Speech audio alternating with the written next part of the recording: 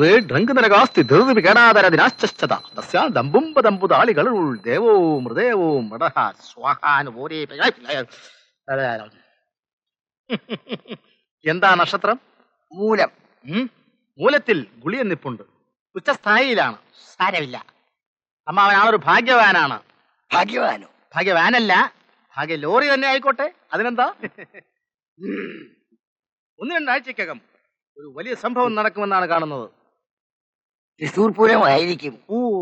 പൂരമല്ല, അമ്മാവന്റെ ജീവിതത്തിൽ ഒരു വിശേഷം നടക്കാൻ പോകുന്നു. പറഞ്ഞാട്ടെ. 50 രൂപ ദക്ഷിണ വയ്ക്കൂ.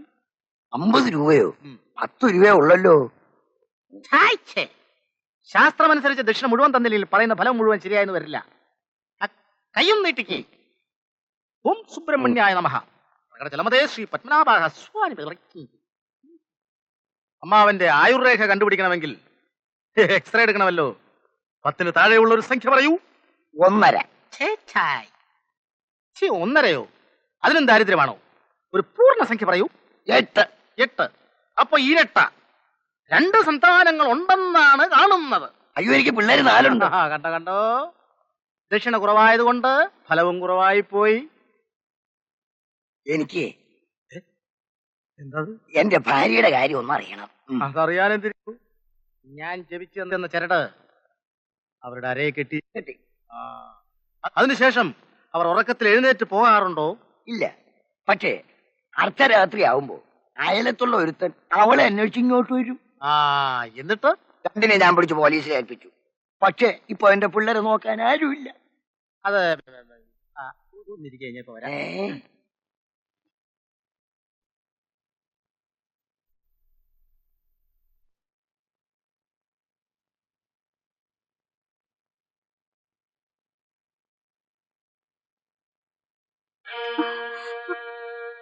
ആരടി ഇവൻ? എടി പറയാൻ.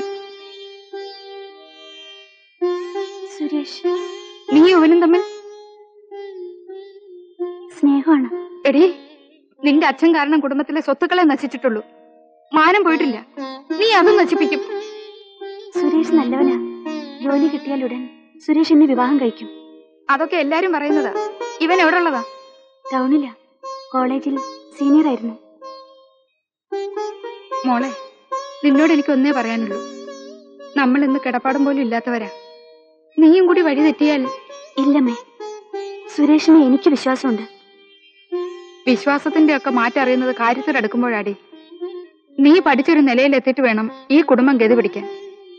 എന്റെ കണക്കൂട്ടിൽ തെറ്റിച്ചാലുണ്ടല്ലോ, അന്ന് നിന്നെയും കൊന്ന് ഞാനും ചാവും.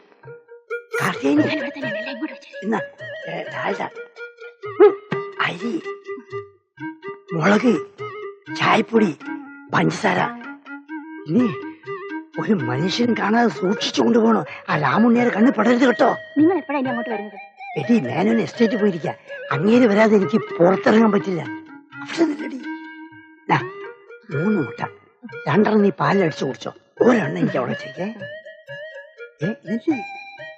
5 രൂപ. അതെവിടെ പോയി? പേസ്റ്റ്, ബ്രഷ് എവിടെ പോയി? അത് വേണ്ട, വേറെ ആളുടെ വാലിട്ട് തേച്ചാലേ. അതൊക്കെ ഞാൻ കഴിയെടുത്ത് വൃത്തിയായിക്കോളാം. അത് ഞാൻ വരുമ്പോ കൂടെ നീ പോയിക്കോ.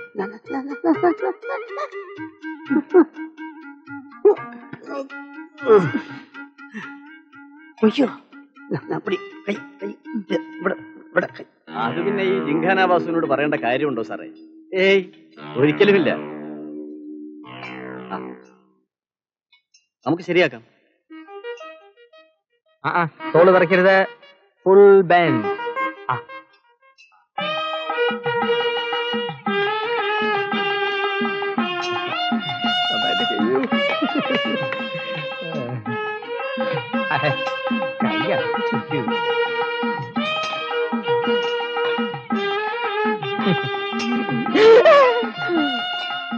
ജോൺസൺ, എന്താ ആശാനെ? ഇടുവാ തല്ലിപ്പൊളി റെസ്റ്റ് ഹൗസ് വന്നിട്ടുണ്ട്. ഏതോ റബ്ബർ മുതലാളി വളച്ചോണ്ട് വന്നിരിക്കുക. പെമ്പിള്ളേരുടെ എൻഗേജ് ആണെന്ന് പറയാശാനെ. തനിക്ക് കൈ നിറയെ കാശ് കിട്ടുന്ന ഏർപ്പാടാ. അത് ശരിയാ. ഞാൻ ചെയ്യുന്ന അതേ പണിയാണ് നേതാവ് റബ്ബർ മുതലാളിക്കും ചെയ്യുന്നത്. നേതാവ് റബ്ബർ മുതലാളിക്ക് ചെയ്യുമ്പോൾ അത് ഫ്രണ്ട്ഷിപ്പ്, ഞാൻ ചെയ്യുമ്പോൾ അത് പിൻഷിപ്പ്. അതാടാ ഇന്നത്തെ ലോകം. ഒരു പാവപ്പെട്ട പെണ്ണ് ഹോട്ടലിൽ പോയാൽ വ്യഭിചാര കുറ്റത്തിന് കേസെടുക്കും. റെസ്റ്റ് ഹൗസിൽ എന്ത് വൃത്തിയും നടന്നാലും അതിന്റെ പേര് എൻജോയ്മെന്റ് ആണ്. ആ ഏതായാലും നമുക്കിപ്പോ നേതാവിനെ പിണക്കാനൊക്കില്ല. അടുത്ത അസംബ്ലി ഇലക്ഷന് അയാളാ ഇവിടുത്തെ സ്ഥാനാർത്ഥി. എന്നാ പിന്നെ എനിക്ക് പാർലമെന്റിലേക്ക് നിൽക്കാമല്ലോ. ഏതായാലും ഞാനൊന്ന് നോക്കട്ടെ, ഒന്ന് ചെത്തിയിട്ട് വരാം.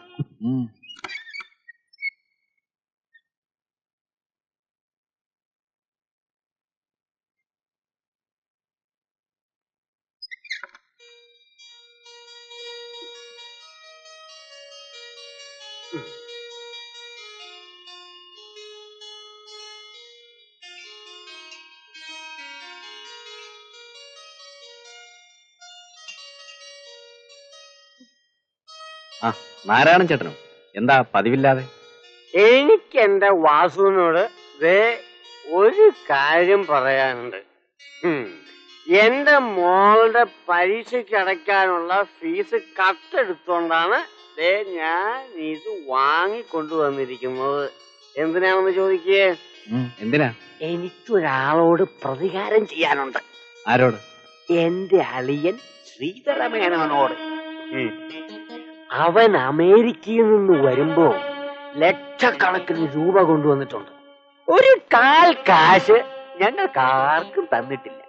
അതിനിപ്പോ ഞാനെന്താ വേണ്ടത്? നമുക്ക് അവനെ ഒന്ന് കുത്തുപാള എടുപ്പിക്കണം.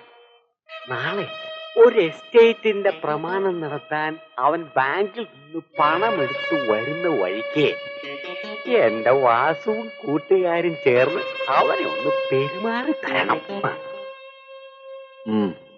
നോക്കാം.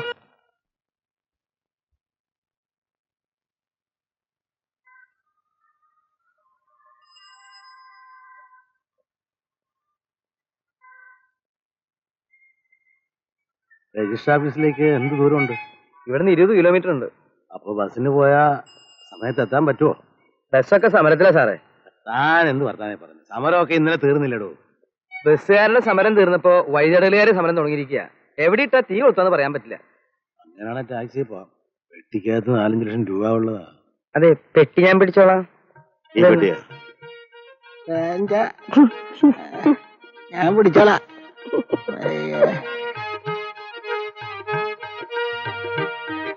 ടാക്സിക്കാരെ സൂക്ഷിക്കണം കേട്ടോ.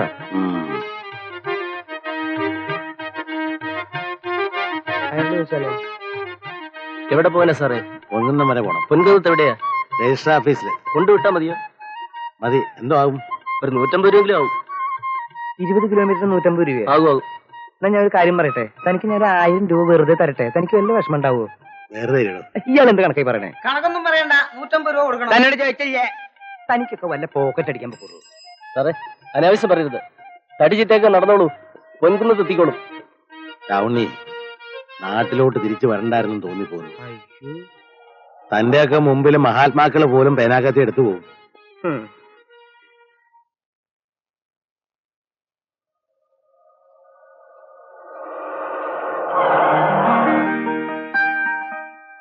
സാറിന് എവിടെയാ പോകേണ്ടത്? പോകേണ്ടത് പൊൻകുന്നത്താ. എന്ത് തരണമെന്ന് പറഞ്ഞിട്ടേ കയറുന്നുള്ളൂ. മീറ്റർ ചാർജ് തന്നാ മതി. അവര് പറഞ്ഞ 150 രൂപ അല്ലേ? 150 രൂപ. തനിക്ക് 200 രൂപ തരാം. കയറോ? അതൊന്നും വേണ്ട.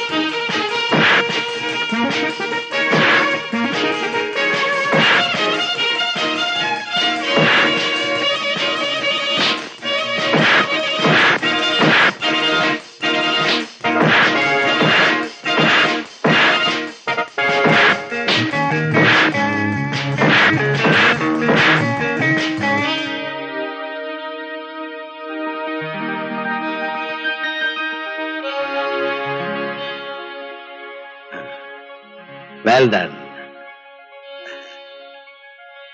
Come on.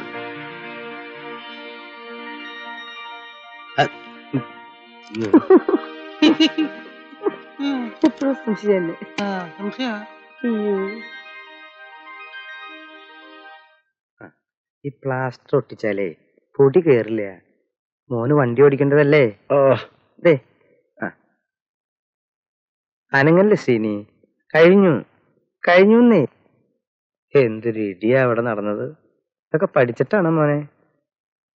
ഇപ്പൊ വേദന എങ്ങനെയുണ്ട്? ഇരിക്കൂ. സാരമില്ല സാർ. ശ്രീനി ഇല്ലായിരുന്നെങ്കിൽ ആ കാലമാടന്മാര് എന്നെയും മേനോൻ സാറിനെയും കൊന്നിട്ട് പണം കൊണ്ടുപോയാനെ. അവരെ ആരെങ്കിലും പരിചയമുണ്ടോ? ആ ജിംഖാന വാസുവിന്റെ ആൾക്കാരാണ് സാർ. അതാരായി ജിംഖാന വാസു? അയ്യോ, കൊടി കെട്ടിയ റൗഡികളാ. അവന്റെ സംഘത്തിലുള്ളവര് മുഴുവൻ കൊലപ്പുള്ളികളാ.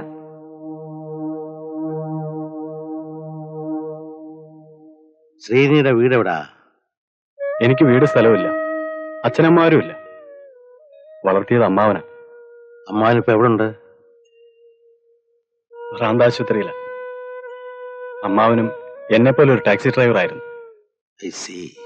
ഒരു ആക്സിഡന്റിൽ ബ്രെയിന് കേടുപറ്റി. അങ്ങനെയാ പ്രജ്ഞയില്ലാതായത്. ഓഹോ. എനിക്ക് കിട്ടുന്ന ക്യാഷിൽ കുറെയൊക്കെ അമ്മാവിന്റെ ചെലവിന് അയച്ചു കൊടുക്കും. പ്രായമായ പെൺപിള്ളേരുൾപ്പെടെ അമ്മാവിന് 4 മക്കളാ. അവർക്കും എന്തെങ്കിലുമൊക്കെ ഞാൻ അയച്ചു കൊടുക്കാറുണ്ട്. ആ പിള്ളേരിപ്പോ എവിടെയാ? ഒരു വാടക വീട്ടിൽ താമസിക്കുക. ടാക്സിയുടെ വാടക തന്ന ഞാൻ പൊയ്ക്കോളാം. ശ്രീനി പോകാൻ വരട്ടെ. രാവണി, ആ എസ്റ്റേറ്റിന് അഡ്വാൻസ് കൊടുത്ത ദിവസം മുതൽ ഓരോ ദുശകനങ്ങളാണ്. ഇന്നും പ്രമാണം നടന്നില്ല. നമുക്കിനി അത് വേണ്ട. ആ പണം കൊണ്ടൊരു കാർ വാങ്ങാം. ശ്രീനിയാണ് എന്റെ ഡ്രൈവർ. അയ്യോ, ഒരു തർക്കവും പറയണ്ട. എന്റെ ബന്ധുക്കൾ പോലും ശത്രുക്കളായിരിക്കുന്ന സ്ഥിതിക്ക് ശ്രീനിയെ പോലെ ആളിനാണ് എനിക്കിപ്പോ ആവശ്യം. എന്തു പറയുന്നു രാവണി? വളരെ നല്ലത്. നിന്റെ അമ്മാവനെയും കുഞ്ഞുങ്ങളെ സംരക്ഷിക്കാനും നിനക്ക് ജീവിക്കാനുള്ള പണം ഞാൻ ശമ്പളമായി തരും. രാവണി, കുട്ടനാരോട് പറഞ്ഞ് നമ്മുടെ ഔട്ട് ഹൗസ് ഒന്ന് വൃത്തിയാക്കിടണം.